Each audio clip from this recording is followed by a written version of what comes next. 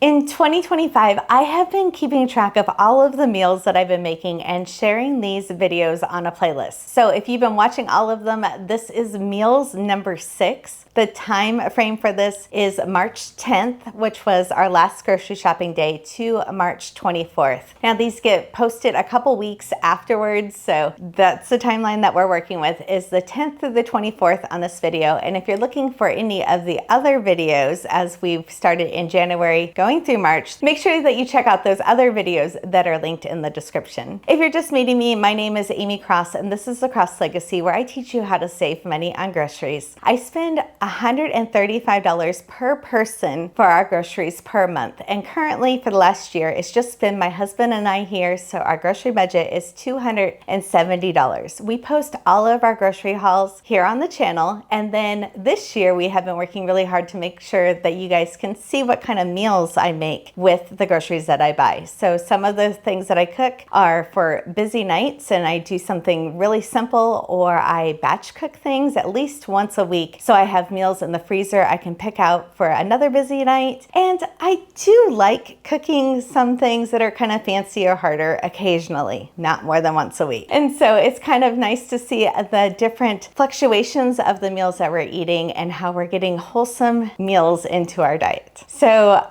also, things are kind of crazy here. We're in the middle of a remodeling project, and we actually have people working today outside on our deck. So we're at a little bit different of an angle here, but we're really hoping that the cement mixer and those sounds are not picking up on our microphone, but it's one of those things that we're still trying to film in the middle of chaos here. So please bear with me. So we're starting this video right at March 10th, which was a grocery shopping day and my produce haul day. So I wasn't really worried about what exactly we have for dinner, because I know that we were picking some of those raspberries off of the plate and eating some veggies as I was washing things. But I just really quickly, we had rotisserie chicken and canned corn for dinner, which is kind of funny. We don't normally have canned corn. I buy it for one specific recipe for corn chowder, and we didn't make it over the winter time, and it wasn't something that I wanted to carry on over until next year. And so that was something when I was looking at the inventory in my pantry that I wanted to use up. In January, we filmed a video of what my pantry looked like before, and over the last couple of months, I've been trying to use up as much as I can that's in the pantry that needs to be used up, that's not long-term food storage, because that room is turning back into a bedroom as we're getting ready to move. So in the next week or so, I have to have it completely emptied with all the shelvings and the china cabinet all out of that room, and it's getting new floor and paint, and then it's going to be a new bedroom. As we're doing this remodeling project, we're also redoing our main bathroom in the house, which we do have a second bathroom in the house, but the main one has been under construction for the last couple of weeks. And as soon as Mike got off of work, we had to rush down to the counter company before they closed to pick out the counters. So that was kind of a fun thing, but I knew where the counter company was, and I knew what was right near it, and Mike was going to want to stop at this hamburger place if I didn't plan ahead for this. So I made sure before we left, I pulled out hamburger patties and hamburger buns out of the freezer, and when we came home, we had hamburgers. So with the hamburgers, we used the last couple pieces of lettuce that were from the grocery shopping trip beforehand. So it was like 4 weeks old at that point, not the new lettuce. So we got to use up the rest of the lettuce. We put some onions on there and some avocado mayo. I make my own mayo. It's way less expensive than buying it at the store. And then we also had some homemade ketchup that we put on our hamburgers. Next time I can ketchup, which probably won't be until next fall, I'm going to make a video on that, because that's how I'm able to reduce some of the sugar in our diet also, is by not having the extra sugar in our condiments, because I'm diabetic, so I'm trying to always watch those numbers. And then we had crunchy pickles on the side. Now we make refrigerator pickles. I don't water bath them anymore because they always get mushy. I make refrigerator pickles, and I find that they last in the refrigerator about 9 months to a year. So these refrigerator pickles were left over from last fall, and I'm trying to use them up. And I was kind of laughing because the jar says 𝐋𝐿𝐍𝐿𝐒 almonds on it. I do not put labels on jars anymore because I get so tired of having to scrape them off with the razor blade. So most of my jars now, I have been taking the labels off of them as we use them, but this 𝐋𝐿𝐍𝐿𝐒 almond one just kind of cracks me up because we've had strawberries in it, we've had pickles in it, and we always know that it's not the right label on it. And as always, all the links are in the description. So we'll make sure that we have all the links there for you if you're looking for a certain recipe. And these videos are how I learn what you guys are interested in to make more videos also. So if you're looking for a specific recipe, I might not have it up yet on the blog or in a video, but it's something that I can put on the filming list, and we read every single comment and question that comes in on YouTube. So sometimes we answer really quickly because we see it, and sometimes YouTube blocks questions for a couple days, but I try my hardest to make sure that every single question and comment is responded to. I read them, I put little hearts on them. It's really important to me to try to connect with you guys and give you the content that you want to see. Now, this is just a little bit of a snack. It's apples and peanut butter, but I wanted to show this because those apples was actually cut over a week ago, and I stored it in a glass jar with a metal lid. I get asked all of the time if it has to be metal. For some items, it has to be metal, like apples or sliced avocados, because they're completely airtight. And other items like berries, it actually helps if it's a plastic lid, because then it lets a little bit of the air escape, and it helps with the condensation a little bit. So it just depends on the item. In the back of our book, the Zero Waste Produce Guide, we have a complete list of all the items that need to be metal or they can be plastic. But I try to always specify if it needs to be a metal lid because it will oxidize if it isn't. Another question I get asked, especially for people that are outside of the United States, are using glass jars that have glass lids with the rubber seal. That would be the same as when I say a metal lid. So if you're slicing up an apple and you can only eat half of it at a time, make sure to put it in a glass jar with an airtight lid. This night we had a baked tortellini for dinner. This is something we used to make all the time and I kind of forgot about. So that is a good reason to write down the recipes that you're making. And I normally do this instead of meal planning. I do it after I make a meal, and then I write down what exactly we had. So we normally have the same sort of ingredients in the house that can be used multiple ways, and being able to look through years and years of meal planning planners that I have, I'm able to go back and think, oh yeah, I totally forgot we made this recipe, or in the spring, we like this one. And so being able to be your own meal planner, looking back on things that your family has enjoyed, is really helpful. With this baked tortellini,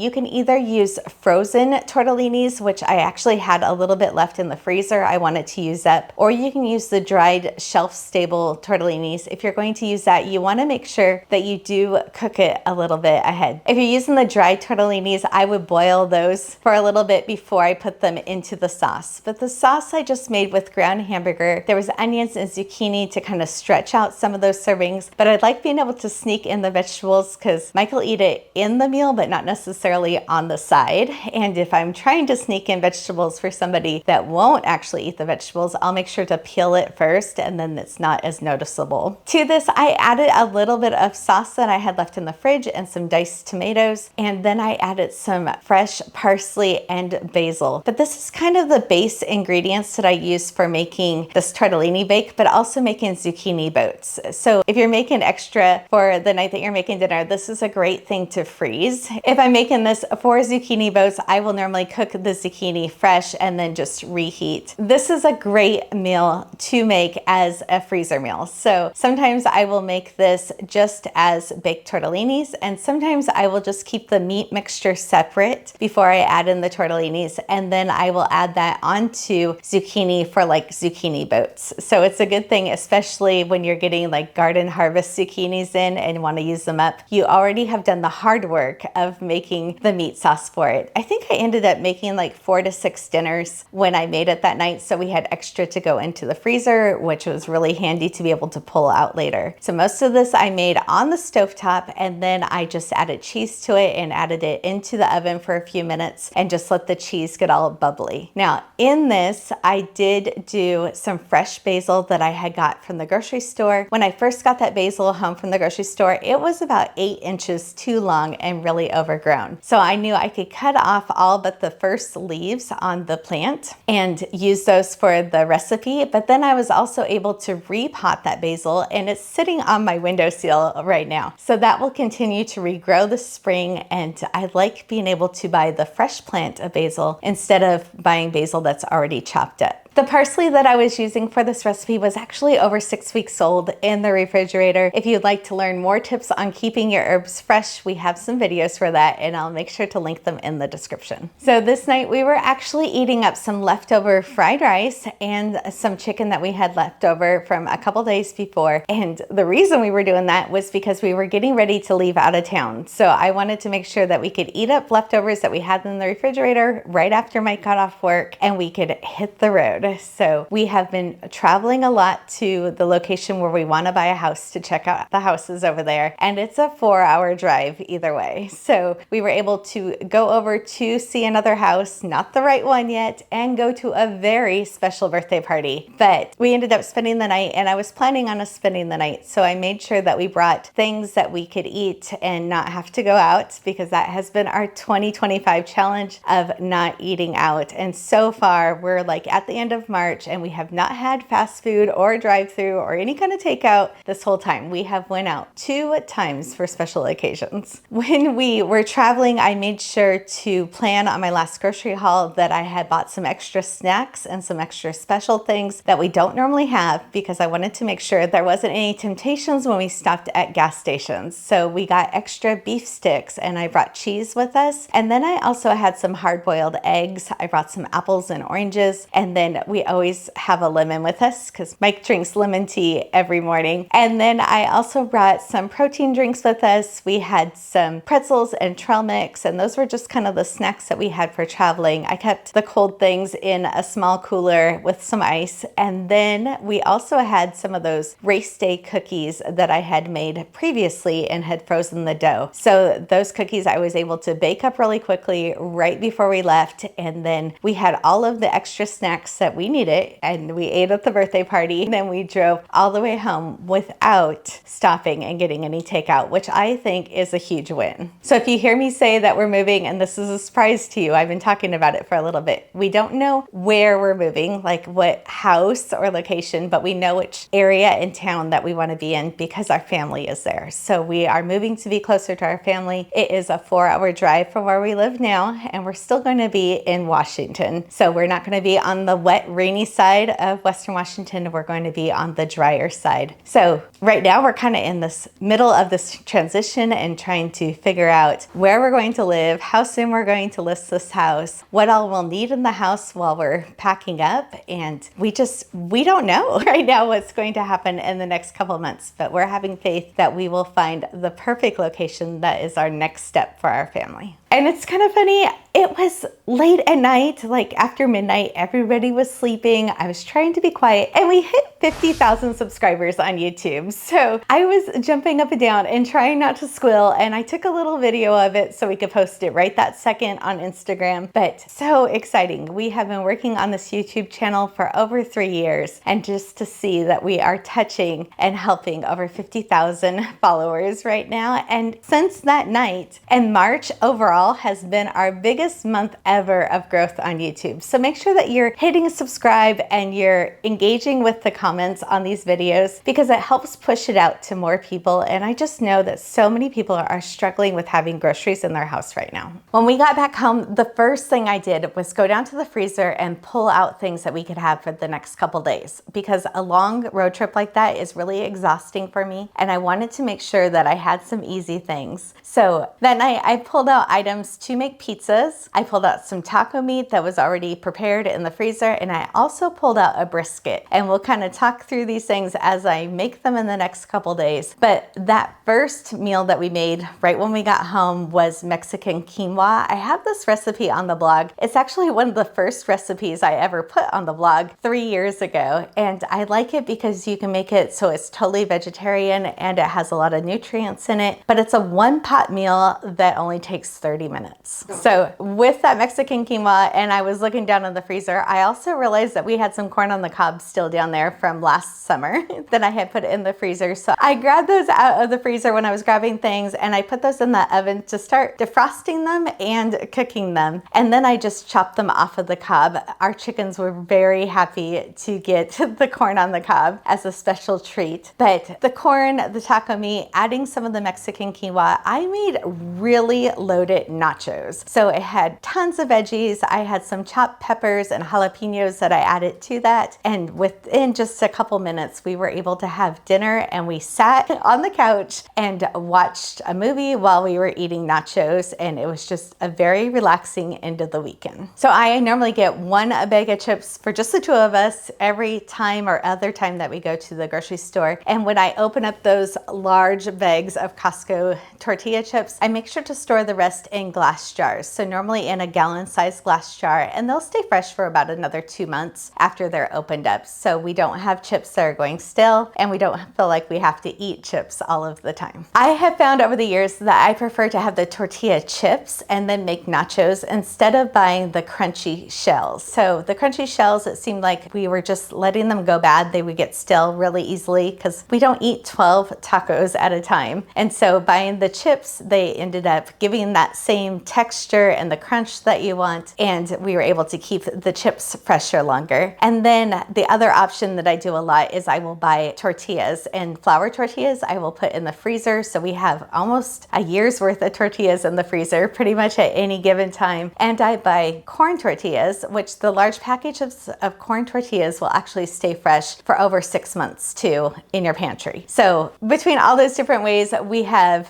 options that we can make nachos or tacos or burritos, but also with some of those items, we can make other things like breakfast burritos and use it as a totally different. Also, by buying like the flour tortillas, we use those as wraps and breakfast burritos. So we're able to use them in multiple different ways, and we're using them up instead of them going stale. So when we went on our grocery shopping trip on March 10th, I was actually looking at the corned beef, and one, it was kind of priced really high. And then I was looking at the back of the package, and I saw all the different additives and preservatives, but also red dye on it. I was kind of confused as why it would have dye in the meat. And so I ended up putting it back because I knew that we did want to buy the extra snacks and stuff, and I wanted to stay in my grocery budget. But as I was researching how to actually make corned beef, I had learned a couple things. One, it's just a beef brisket, and I have those in the freezer. So I was able to use a piece of meat that I already have. But the reason that there is dye in the meat, and that's what gives it that color, is because of the curing salt that they use to make the corned beef. And that salt is dyed a pink red color because it's actually toxic if you eat it too much. So it legally has to be dyed that color so people don't get it confused with table salt. So I thought that was kind of interesting. Don't really care if it is that special color when we're eating it. I did find out that some people will actually boil it with beets, and if they want it that red color, it will help make it that red color, but that's not how you get it commercially from the store. So I took the beef brisket and I brined it overnight using spices that I already had in the house, and then I was able to cook it in the oven, and I had crusted it with different spices and herbs on the top, and it tasted exactly like corned beef. It just wasn't that red color, and it was something I already had in the house. Now, I found out also doing this research that pastrami is just smoked corned beef. So if I had a smoker, then I would be using that. But I sliced up that brisket really thinly, and I put that away into freezer containers so I can pull it back out again and have Reubens throughout the year. And I normally have 1 loaf of rye bread in the freezer that I can pull out 2 to 4 slices at a time because I do really love Reubens. If I'm at a restaurant and a Reubens on a menu, that's always the first thing I'm going to order. While I was doing this, we also had cooked cabbage and some carrots, and the rest of the cabbage I ended up making some sauerkraut so I can use that with the Reubens when I decide to pull that back out. And we had some red potatoes that needed to be used up. Now, right now is March, and it's right about the time that you should be planting potatoes in your garden, and they also know it's time that they're supposed to start sprouting. So I'm trying to use up any potatoes that I have in the pantry so they don't start sprouting on me wanting to be planted in the garden. So those extra potatoes, I ended up cooking all the ones that I had, and I pan fried them a little bit before I ended up putting them into the oven to finish cooking. But we didn't eat all of those. I ended up putting most of them in the freezer, and we reheated them for another night. These are the things that are heading to the freezer. This is 3 containers of the corned beef that I sliced up. And so this will make Reubens. This is extra cooked potatoes.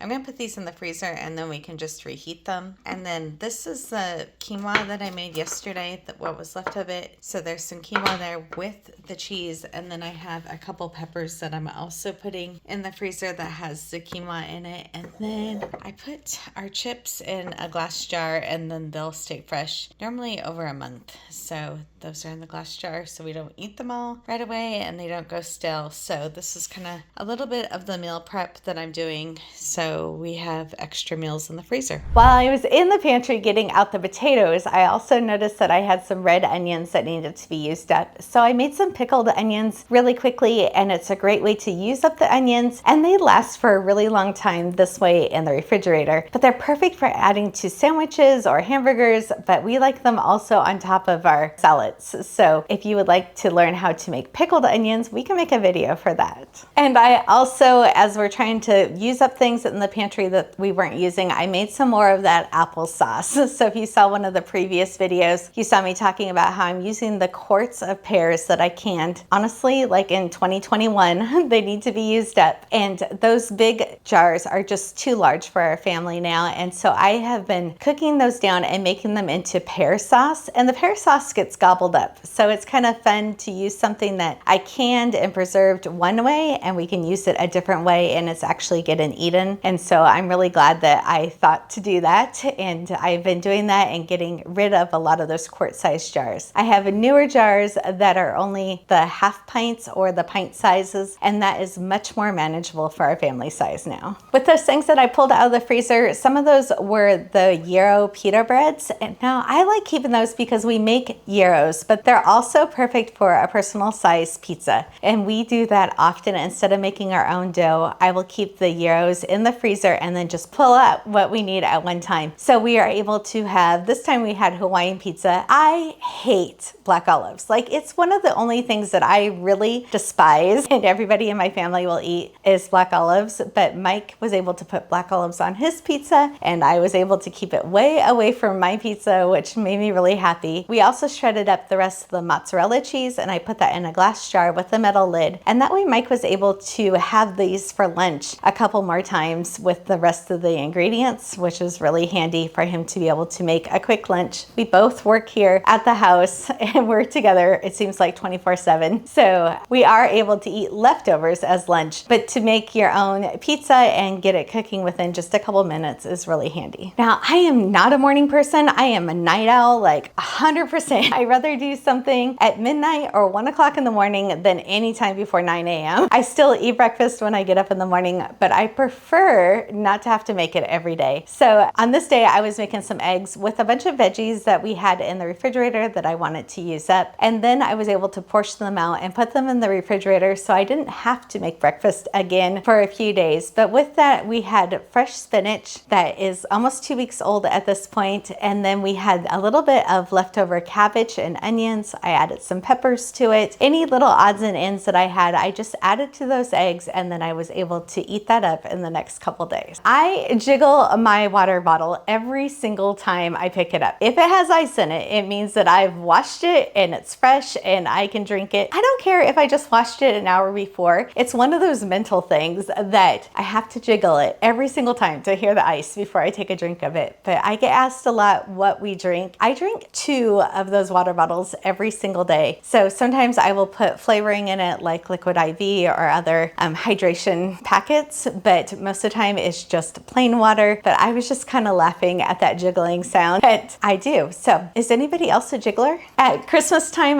this year, I had made our traditional lasagna and a zucchini lasagna that I normally make for meal prep. And then I was in a newspaper in the UK and they needed more pictures. So I ended up making a whole second batch of lasagna for those pictures that we needed for the newspaper. So we've had more lasagna the last couple months than we normally have, but we are eating through it. And I think this was my last container of it. When I was putting the lasagna away, this one was a zucchini lasagna without noodles. I had stored it in my silicone super cubes, and now they have a ceramic dish that's exactly that same size. So I was able to pop those out put it in the ceramic dish, and then warm it up in the oven. So we had dinner that actually was cooked in December, and it took 0 time to actually prepare. But we have 2 separate videos here on YouTube if you're looking to make a traditional, like, easy lasagna, or one that is with the zucchini and it doesn't have any noodles in it. So both are delicious and they're really handy for freezer meal prep. But this is a good reminder that even if you're putting a lot of things in your freezer, you need to be rotating them in and using them up. So these lasagnas are something that I know going into summertime I don't want to have still in my freezer, because we don't like to turn on the oven as much in the summertime. So these are a great thing to use up right now in the later spring. And this is why I normally do a seasonal inventory in the springtime and in the fall to use up some of those winter kind of items. And then again in the fall, I try to use up some of those summer items that we don't normally use in the winter time. And that way we are always rotating what we have, and we have 0 food waste in our freezers. On this night, I made